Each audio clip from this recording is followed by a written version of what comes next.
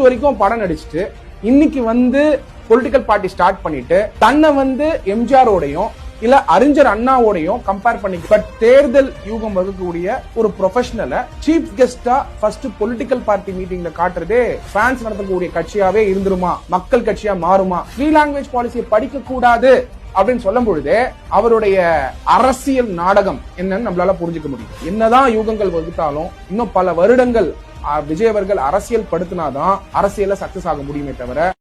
இது மூலமா நமக்கு என்ன தெரிய வருதுன்னா, அணில் நாட்டு அரசியல்ல என்ன வேணாலும் நடக்கலாம். நாம சும்மா எப்படி கேள்வி கேட்டுட்டு இருக்க முடியும் சொல்லுங்க? ஏன்னா அணில் நாட்டு அரசியல்ல நோ ஐடியாலஜி நோ லாஜிக், என்ன வேணாலும் நடக்கலாங்க. இன்னைக்கு காரி துப்புவாங்க, நாளைக்கு அங்கேயே வெட்பாளரெல்லாம் நிப்பாங்க. அதெல்லாம் நம்ம கண்டுக்க கூடாது.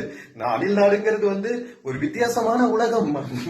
எதிர்பாராத நிறைய விஷயங்கள் நடக்கும். இந்த நெல்சன் மாதிரி தம்பிகள் எல்லாம் நாட்டுல நரம்பு இல்லாம மத்தவங்க பொட்டி வாங்கிட்டாங்க அப்படின்னு சொல்லுவாங்க. பட் ஆனா அம்பேத்கர் அவர்கள் மாதிரியே தன்னை உருவகப்படுத்திக்கிட்டு அவர் காரி துப்பி அணில் நாட்டு ராஜாவை அங்கேயே வேட்பாளரா நிக்கிற கொடூரங்கள் எல்லாம் அணில் நாட்டு அரசியல்ல நடக்கும். ஏன்னா இங்க நோ லாஜிக் நோ ஐடியாலஜி.